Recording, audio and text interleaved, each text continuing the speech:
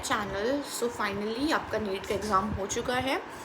कुछ बच्चों का एग्ज़ाम अच्छा गया होगा, एक्सपेक्टेड जो कट ऑफ आ रही है उससे अच्छे उनके मार्क्स बन रहे होंगे। दे आर श्योर कि उन्हें कोई अच्छा मेडिकल कॉलेज मिल जाएगा।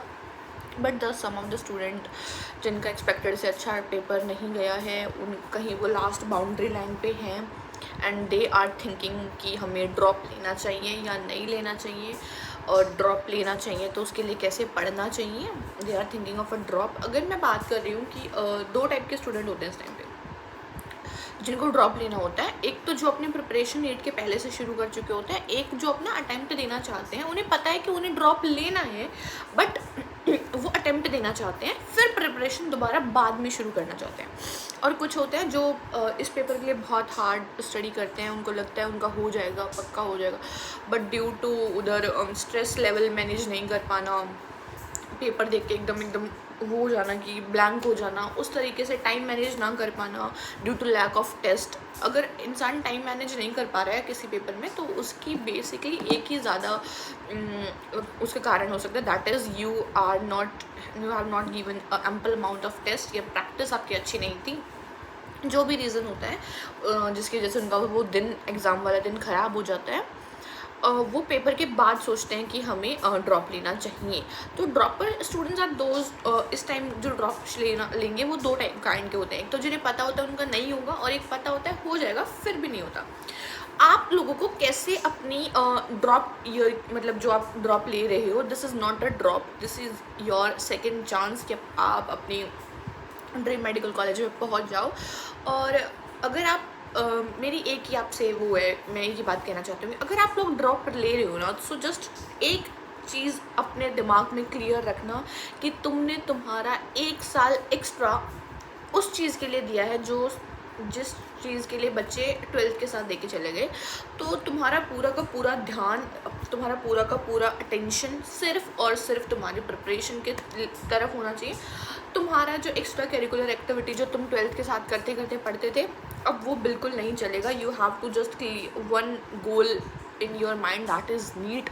तुम्हें उसके लिए पढ़ना है, सुबह उठना है, खाना है, पीना है, सोना है, फिर पढ़ना है। कम्प्लीटली तुम्हारा इस साल का शेड्यूल यही होना चाहिए। Because I am a dropper, तो मुझे भी वो सेम सर्कमस्टांसेस पता है कि मेरे साथ कैसा हुआ था जब I was completely block down किया, मेरे से नहीं होगा, और फिर मैं कैसे एकदम आई वॉज दोबारा वो खड़ी हुई थी कि ड्रॉप लेके पढ़ लेती हूँ।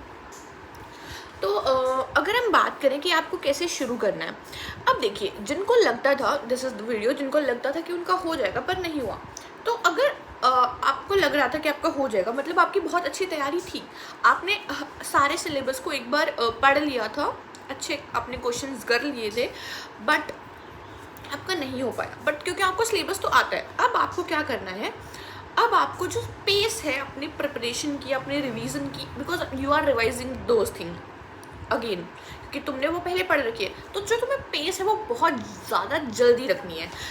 एक्सपेक्ट करके रखो कि अगस्त और सितंबर तक तुम्हारा सिलेबस ख़त्म कर चुके होगे। हाँ, क्योंकि अगस्त और सितंबर तक अगर तुम सिलेबस ख़त्म कर दोगे एक बार पढ़ के, बिल्कुल अच्छे तरीके से हो जाएगा, क्योंकि तुमने कर रखा है, तुम्हें just you have to revise those thing. तो सितंबर या अगस्त, हाँ अगस्त, सितंबर, अक्टूबर, that last deadline is October तक तुम्हें तुम्हारा सिलेबस ख़त्म करना है। सिलेबस ख़त्म कैसे करना है, अगर तुम एक बायो का चैप्टर ले रहे हो तो तुम उसको 2 दिन में ख़त्म कर सकते हो, क्योंकि यू नो कि तो बायो जैसे सब्जेक्ट में अभी तक तुम्हें ये पता चल गया होगा कि तुम्हें उसमें क्या पढ़ना है, क्या नहीं पढ़ना है। और पढ़ना क्या नहीं होता, सब कुछ पढ़ना होता है। NCERT को कोर फोकस पे करना होता है, बहुत सारे क्वेश्चन प्रैक्टिस करने होते हैं। एंड अब तुम्हें स्कूल जाना नहीं है तो तुम्हारे पास पूरा दिन होगा। जो बच्चे ऑनलाइन तैयारी करेंगे उनके पास भी, और जो ऑफलाइन कर रहे होंगे उनके पास भी। ऑफलाइन कर रहे होंगे उनके पास क्या होता है कि तुम कोचिंग में जाके एक रोड मैप ले आते हो अपने दिमाग में कि इस चैप्टर को मुझे ऐसे ऐसे लेना है। और अगर तुम कोचिंग जा रहे हो तो एक बात याद रखना, तुम्हारा उसके साथ साथ कुछ एक्स्ट्रा भी चलना चाहिए, बिकॉज कि उसकी जो स्पीड होती है वो बहुत स्लो चलती है कोचिंग की शुरू में, और लास्ट में जाके वो इतनी तेज़ स्पीड कर देते हैं। अगर तुम उसके हिसाब से खुद को अगर मॉड्यूलेट करने की कोशिश करोगे तो तुम्हारे लिए लास्ट में बहुत दिक्कत हो जाएगी, क्योंकि तुम अभी उसके हिसाब से धीरे धीरे पढ़ के रिवाइज़ करोगे, और लास्ट में जो रह गया उसको तुम बहुत पेस में रिवाइज़ करोगे, तो तुम्हारी फिर कुछ ना कुछ गड़बड़ होगी, और ये साल तुम रिस्क नहीं ले सकते उस चीज़ का। So my advice for you is that अगर तुम कोचिंग जा भी रहे हो तो तुम कोचिंग के साथ कुछ अपना एक्स्ट्रा लेके चलो, जिससे कि साथ साथ तुम्हारा कुछ और भी कवर हो रहा है, because you know a lot extra from the ongoing topic. और अब करना कैसे कैसे, अगर मैं बताऊं बेसिकली हर सब्जेक्ट वाइज, सबसे पहले बात करते हैं हम बायोलॉजी की। तो तुम्हें बायो के चैप्टर को, छोटा चैप्टर होगा 2 दिन देने, मैक्स टू मैक्स बड़ा चैप्टर हो 4 दिन में चैप्टर को ख़त्म करना है। कैसे ख़त्म करना है, you have your NCERT, you have your notes, previous note. Bio के अंदर तुम्हें दोबारा नोट्स नहीं बनाने हैं, बिकॉज बायो में कुछ चेंजेस नहीं होते जो तुम्हें बार बार लिखने पड़ते हैं, वही दैट इज़ द बुक जिसमें तुम वो सब कुछ लिखा हुआ है। तुम चैप्टर को पहले नोट से पढ़ोगे कि तुम्हारे टीचर ने कैसे कैसे पढ़ा था, साथ साथ तुम उसको ऐसे एक्टिव रिकॉलिंग करोगे खुद ऐसे पढ़ के, जैसे कि तुम एज अ टीचर तुम उसको पढ़ा रहे हो, ऐसे तुम उसकी एक्टिव रिकॉलिंग अपने दिमाग में करोगे और बायो के पहले नोट्स पढ़ोगे, then you take the NCERT जितना तुमसे एक दिन में नोट्स पढ़ा गया है। एक दिन में अगर वो चैप्टर तुम्हारा 10 लेक्चर में हुआ है तो एक दिन में तुम 3 से 4 लेक्चर या 3 लेक्चर मिनिमम करने की कोशिश करो, हो जाएंगे। फिर वो जितना 3 लेक्चर का तुम्हारे नोट्स में है उतना तुम वो एनसीईआरटी से पढ़ लो, बिकॉज एनसीईआरटी से क्या होगा, तुम्हें उसकी लाइन टू लाइन, और फिर कुछ ऐसी चीज़ देखो जो तुम्हें ऐसे लग रही थी कि ये चीज़ मेरे दिमाग में नहीं थी, क्योंकि तुम अगर तुम्हारे यू आर स्कोरिंग लाइक, अगर इस बार माना जाए तो 600 is the cut off expected. मैं आई एम नॉट द वो कि स्पेशलिस्ट की मुझे पता होगा कितनी होगा, बट एक्सपेक्टेड जितना मैंने सुना है तो 600 कट ऑफ है। अगर तुम्हारी 590 600 वाला स्कोर चल रहा था, 580 590 की वाला, 570 भी, अगर तुम 550 से ऊपर थे तो तुम्हें पता होगा कि कुछ कुछ चीज़ें एनसीईआरटी की तुम्हारे दिमाग में होती हैं, कुछ कुछ नहीं होती, वो तुम देखो कि ये चीज़ मैंने अभी पढ़ी है, ये मेरे दिमाग में नहीं थी, मुझे याद रखनी है। अब तुम्हें उस एनसीईआरटी की मास्टर्स कर लेनी है, सिंपल, ख़त्म बात, कि तुम्हारे अंदर कुछ था दिमाग में, अब तुम्हें वो चीज़ ढूंढनी है उसमें जो तुम्हारे को याद नहीं थी। साथ ही साथ तुम एनसीईआरटी के लाइन टू लाइन क्वेश्चंस की प्रैक्टिस करना, हर लाइन एनसीईआरटी के तुम्हारे दिमाग में चली जानी चाहिए। अगर बात करते हैं बायोलॉजी की, अगर हम बात करें केमिस्ट्री में कैसे शुरू करना है, तुम फिजिकल के साथ इनऑर्गेनिक केमिस्ट्री लेके चल सकते हो, क्योंकि मैंने चली थी, मैं बताती हूँ वो बहुत अच्छा था। ऑर्गेनिक मैंने अकेली पढ़ी थी, ऑर्गेनिक के साथ में कुछ नहीं पढ़ी थी, बट फिजिकल के साथ में इनऑर्गेनिक पढ़ रही थी, because physical is more numerical based side और inorganic is your theory based side. तो इनऑर्गेनिक तुम्हें याद करनी पड़ती है कैसे ना कैसे करके, एनसीईआरटी वही एनसीईआरटी पढ़ पढ़ के। तुम नोट्स मैं रिकमेंड करूँगी कि तुम अच्छे से पढ़ो इनऑर्गेनिक केमिस्ट्री और फिजिक्स, और उसके दोबारा नोट्स बनाओ। दोबारा नोट्स नहीं कि 4 तरह के पेन लेके बैठ रहे हो, बट लिखो तुम जो पढ़ रहे हो उस चीज़ को लिखो कि मैंने आज ये पढ़ा है, ये मुझे बार बार रिवाइज़ करना पड़ेगा, ऐसा कुछ करके।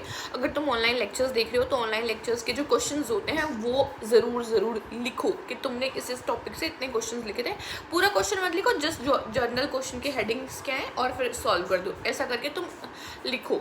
केमिस्ट्री भी लिखो और फिजिक्स भी लिखो। इससे क्या होगा, तुम्हारे मेमोरी जो है वो ज़्यादा टाइम तक स्टोर होगी और एकदम स्ट्रॉन्ग मेमोरी बनने में तुम्हारी हेल्प होगी। अब क्या करना है तुम्हें केमिस्ट्री के लिए, जैसे जैसे तुम फिजिकल पढ़ रहे हो, फिजिकल की NCERT is less important as compare to inorganic की एनसीईआरटी, इसलिए तुम क्या करो, फिजिकल की एक बार एनसीईआरटी को एक बार जो तुमने क्लास में पढ़ा उस पर तुम्हें करना है बहुत सारे न्यूमेरिकल्स, साथ साथ एक बार, क्योंकि बहुत छोटा चैप्टर थ्योरी बेस्ड का होता है तुम्हारे पास फिजिकल में। अगर हम थर्मोडायनामिक्स और उनको छोड़ दे तो उनकी थ्योरी थोड़ी ज़्यादा बड़ी है as compare to normal chapter. बाकी तुम उनकी एक बार एनसीईआरटी पढ़ लो, तुम्हें आई थिंक 2 घंटे लगेंगे पूरे चैप्टर की एनसीईआरटी पढ़ने में, इसीलिए तुम रोज़ पढ़ोगे तो 20-25 मिनट ही लगेंगे तुम्हें उस एनसीईआरटी को गो थ्रू करने में। एक बार पढ़ लेना एनसीईआरटी को, साथ साथ जो फॉर्म उसके नोट्स तुम नहीं बना पा रहे हो पूरे, तो उसके कुछ पॉइंट्स लिख लो, जैसे कि किसी पेन क्वेश्चन का कोई कॉन्सेप्ट होता है वो कॉन्सेप्ट लिख लिया, फॉर्मूलाज लिख लिए। फॉर्मूलाज तुम एक बार सारे दोबारा लिखना ही लिखना, अपनी अलग नोटबुक में फॉर्मूलाज लिखना सारे फिजिकल केमिस्ट्री के, साथ साथ कुछ इंपॉर्टेंट कॉन्सेप्ट जिससे वो question particular type of question solve हो, वैसे तुम कुछ पॉइंट्स भी लिख सकते हो। अगर मैं बात करूँ तुम्हारे पास इनऑर्गेनिक कैसे पढ़नी है, इनऑर्गेनिक तुम्हें अगर तुम क्लास जाके पढ़ रहे हो तो उस अभी शुरू नहीं होगी, बट अगर तुम ऑनलाइन लेक्चर से पढ़ रहे हो तो तुम उसको अपने हिसाब से स्टार्ट कर सकते हो। तो इनऑर्गेनिक तुम्हें एक बार क्लास वाली पढ़नी है, फिर एनसीईआरटी पढ़नी है, 2 या 3 बार रोज अपने वो जो नोट्स तुमने पढ़े हैं वो पढ़ने हैं, क्योंकि तुम्हारे नोट्स में ऐसा होता है कि तुम उस चीज़ों को एक सीक्वेंस में लिख रहे होते हो, एक अच्छे तरीके से, एक रोड मैप के तरीके से तुम उसको लिख रहे होते हो, तो वो जल्दी तुम्हारे इनऑर्गेनिक याद करने में हेल्प करता है। एज कम्पेयर टू तुम एनसीईआरटी की थ्योरी पढ़ रहे हो। तो तुम फिजिकल के साथ साथ अपनी इनऑर्गेनिक केमिस्ट्री लेके चल सकते हो। अगर मैं बात करती हूँ ऑर्गेनिक केमिस्ट्री की, तो ऑर्गेनिक केमिस्ट्री तुम क्या करोगे, ऑर्गेनिक केमिस्ट्री में बेसिकली जो क्वेश्चंस आते हैं that are from your NCERT, but वो पढ़ने के लिए तुम्हें उसके कॉन्सेप्ट को एक बार टीचर से समझना बहुत ज़रूरी होता है। माई पर्सनल एडवाइस कि तुम्हें आ जाएगी समझ एनसीईआरटी ऑर्गेनिक की, बट तुमने अगर एक बार उसको पहले पढ़ा है ना तो बहुत ईजिली तुम उसको पढ़ सकते हो या फिर अपने डिकोड कर सकते हो अपनी लैंग्वेज के अंदर। तो एक बार तुम अपनी, अगर मैं बात करती हूँ ऑनलाइन के लिए, तुमने लेक्चर लगाया उसका, तुमने अच्छे से उसके नोट्स बनाए, तुमने उस पर प्रैक्टिस करी। केमिस्ट्री को भी बहुत ज़्यादा प्रैक्टिस की ज़रूरत होती है। तुम्हें क्वेश्चन सॉल्व करने हैं केमिस्ट्री के अंदर, चाहे वो ऑर्गेनिक हो, इनऑर्गेनिक हो, फिजिकल हो, कुछ भी हो, तुमने उसके क्वेश्चन सॉल्व करे, साथ साथ तुमने उसकी एनसीईआरटी पढ़ ली। तुमने अगर बात करूँ एनसीईआरटी की वेटेज कैसे लिखनी है, इनऑर्गेनिक में सबसे ज़्यादा, ऑर्गेनिक में पढ़नी है 2 बार पढ़ लो, इनऑर्गेनिक में तो बार बार एनसीईआरटी पढ़नी है।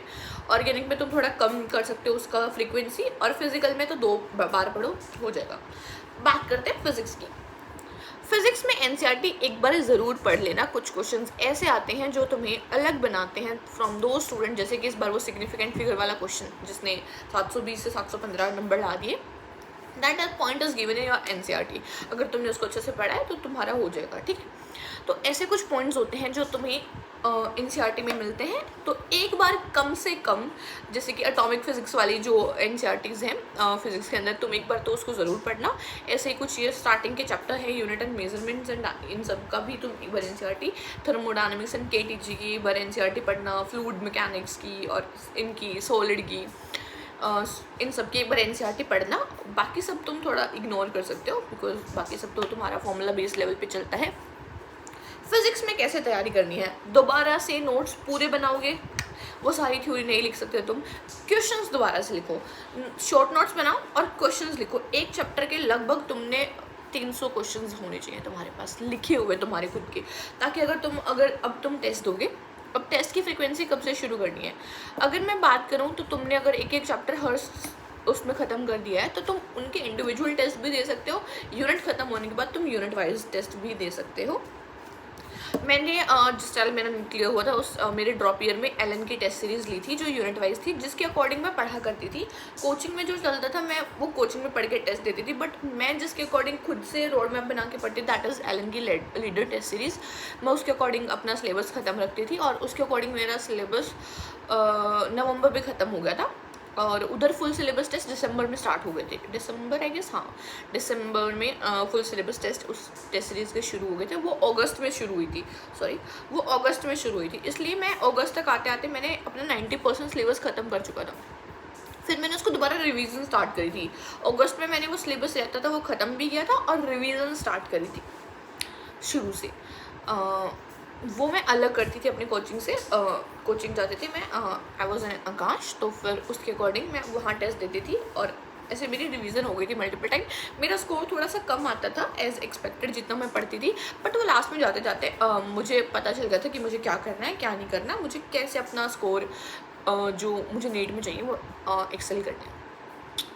तो this is that for the video. अगर तुम लोग चाहते हो कि मैं तुम्हारे लिए हर सब्जेक्ट की डिटेल वीडियो लेके आऊँ कि तुम्हें कैसे चलना है, कैसे टेस्ट देने हैं, सो आई विल मेक श्योर कि मैं एक और वीडियोस के ऊपर लेके आऊँ। बट अभी मैं मानती हूँ कि तुम्हें अभी अपने टेस्ट चैप्टर वाइज रखने चाहिए, यूनिट वाइज टेस्ट तुम जाके अगस्त में शुरू कर सकते हो। इतने कम से कम तुम 3-4 यूनिट ख़त्म कर लो अगस्त तक, अगर इतना नहीं हो पा रहा है, इतनी जल्दी पेस नहीं है। खासकर जो बच्चे जिन्होंने ड्रॉप लेने का सोचा है, जिनकी 12th बिल्कुल ख़राब थी, 11th बिल्कुल ख़राब थी, आई विल मेक श्योर कि मैं उनके लिए कोई वीडियो लेके आऊँ। But this videos specifically for the student जिनका पेपर एक्सपेक्टेड से ख़राब हुआ है, उनको लग रहा था उनका हो जाएगा बट नहीं हो पाया।